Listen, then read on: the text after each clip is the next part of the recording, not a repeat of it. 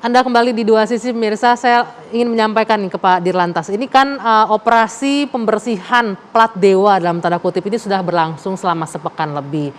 Apakah ini akan terus konsisten atau hanya ya ini euforia sesaat aja nih? Kalau masyarakat bilang sekarang nih pencitraan aja nih Pak Polisi nih bersih-bersihin plat dewa, ntar lama-lama juga ada lagi, begitu lagi gitu.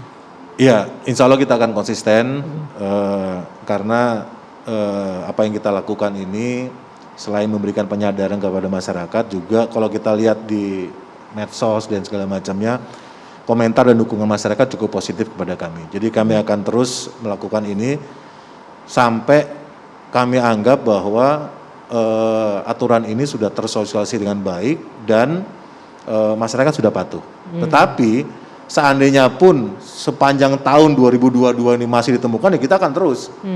Kita akan terus. Tetapi boleh saya sampaikan di sini bahwa grafiknya menurun kok.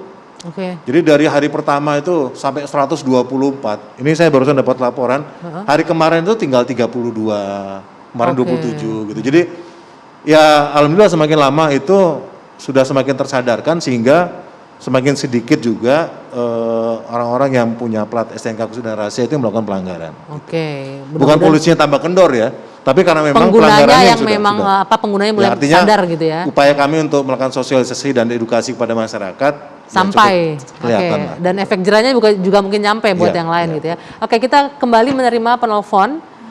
Halo. Halo. Selamat malam, silakan Pak, dari mana? Selamat malam, saya dari Kota Cilegon. Dengan Bapak siapa? Alex Luntungan. Pak Orang Alex. Sulawesi. Ya, silakan Pak Alex. Apa nih pengalamannya Pak Alex yang ingin dibagi malam hari ini? Jadi pengalaman saya tuh, Dek, kalau saya berangkat ke Jakarta,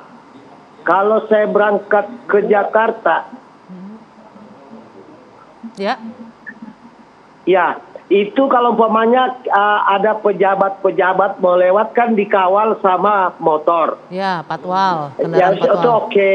Ya, namanya pejabat, mungkin bapak-bapak ini mau berangkat kerja. Oke, kita kasih kelonggaran. Tapi kita juga harus mikir kiri kanan ini.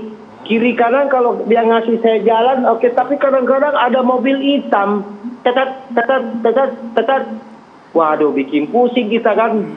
Platnya apa Pak? Mobil hitam yang menggunakan sirene? Plat hitam. Yang sering sekali itu plat hitam deh juga. Bukan kendaraan dinas ya Pak ya? Bukan. Kalau kendaraan dinas kan dikawal. Oke. Apakah juga dengan kode khusus plat RF, plat hitamnya atau bukan?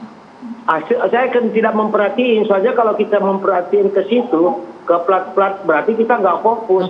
Jadi saya yang penting saya bawa mobil yang bagus, jangan sampai nyenggol ke orang. Oke, baik. Gitu. Pak Alex terima kasih Pak Alex sudah berbagi malam hari. Tolong ditilang yang begitu-begitu, tolong Pak, ditilang Pak, yang begitu-begitu Pak, plat hitam itu. Gimana itu Pak Polisi, plat hitam yang pakai sirene itu? Terima kasih Pak Alex. Jadi begini Pak, penindakan terhadap rotator dan sirene itu tidak hanya kemarin pada saat penindakan ini. Jadi penindakan rotator dan sirene itu kami lakukan kapanpun, dimanapun, bahkan sudah semenjak beberapa bulan yang lalu kita gencar gitu menindak itu. Dan seandainya ada yang kita temukan itu bahkan ada yang kita copot rotator dan sirenenya. Oke, peralatan itu dicopot ya? Dicopot, Oke. gitu. Karena jadi ini siapapun mau dia plat SNK, plat khusus, plat biasa, ketika dia plat hitam menggunakan rotator, ketika ketemu dengan anggota kami di lapangan, itu kemudian pasti akan kita lakukan penindakan. Gitu. Tidak harus dia plat khusus ya, apalagi kalau plat khusus tentu. Karena banyak juga mungkin ya temuan di lapangan pengendara kendaraan pribadi yang menggunakan sirene seperti itu ya, rotator ataupun. Nah, saya kira itu langkah yang paling bagus ya. Berarti dia tertangkap tangan. Barang yang melakukan pelanggaran atau kejahatan itu disita aja, kemudian nanti kan kita dibawa ke pengadilan. Saya kira kalau mau sampai pada tingkat itu, sekali lagi polisi jangan dibiarkan sendirian. Dia harus kita support dan sistemnya dibenahi. Karena ini bukan ujungnya bukan cuma di jalan gitu loh. Sebelum di jalan ini banyak masalah dan saya kira polisi harus disupport supaya sistem ini bisa dibenahi. Kemudian polisi yang di lapangan juga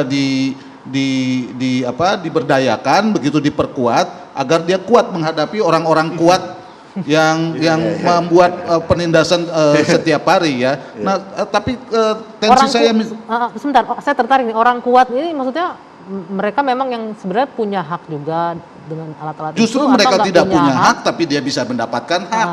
Kan dengan melakukan penyelundupan terhadap ketentuan-ketentuan yang sudah ada.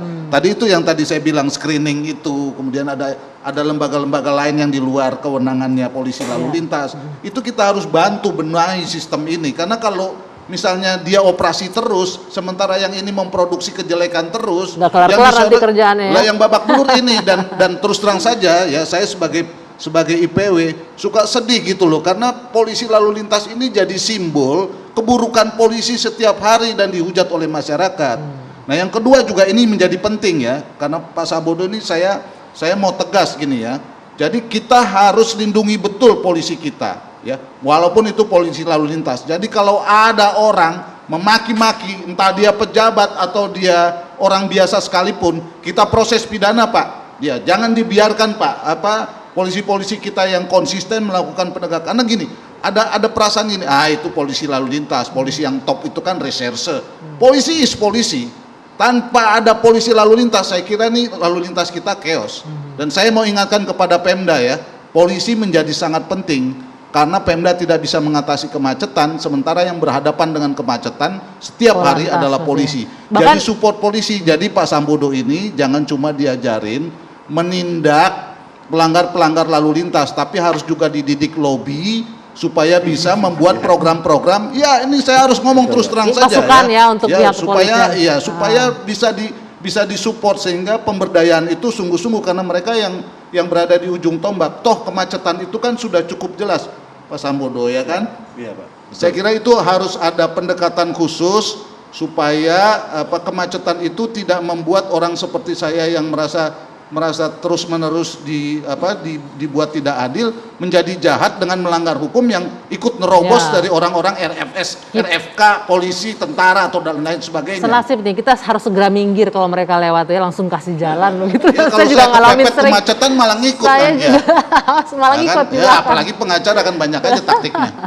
Ya, terakhir ini Pak Dirlantas, selain penindakan yang dilakukan, tentunya mungkin ada himbauan juga dengan masyarakat bagaimana mungkin ini perilaku berkendara yang baik dan aman juga harus dilakukan dari masyarakat, juga harus ada ya, tidak hanya dari kepolisian saja. Iya, tentu pertama adalah sadar bahwa jalan ini adalah hak semua orang. Jadi tidak ada privilege khusus kecuali memang golongan tertentu yang diatur oleh undang-undang. Jadi mari kita sama-sama menghormati pengguna jalan lainnya karena mereka juga punya hak yang sama dengan kita. Yang kedua tentu patuhi aturan lalu lintas dan mematuhi aturan-aturan yang dikeluarkan oleh petugas ya.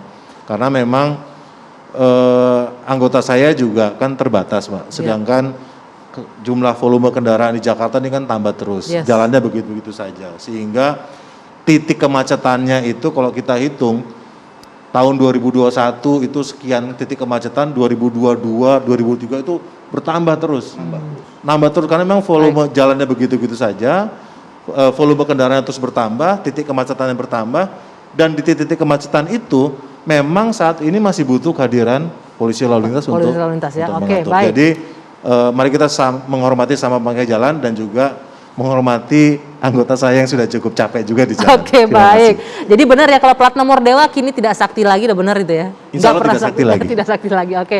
Terima kasih Dirlantas Polda Metro Jaya sudah hadir malam hari ini. Bung Ases Tigor Nainggolan, terima kasih. Bang Johnson Panjaitan, terima kasih atas waktunya.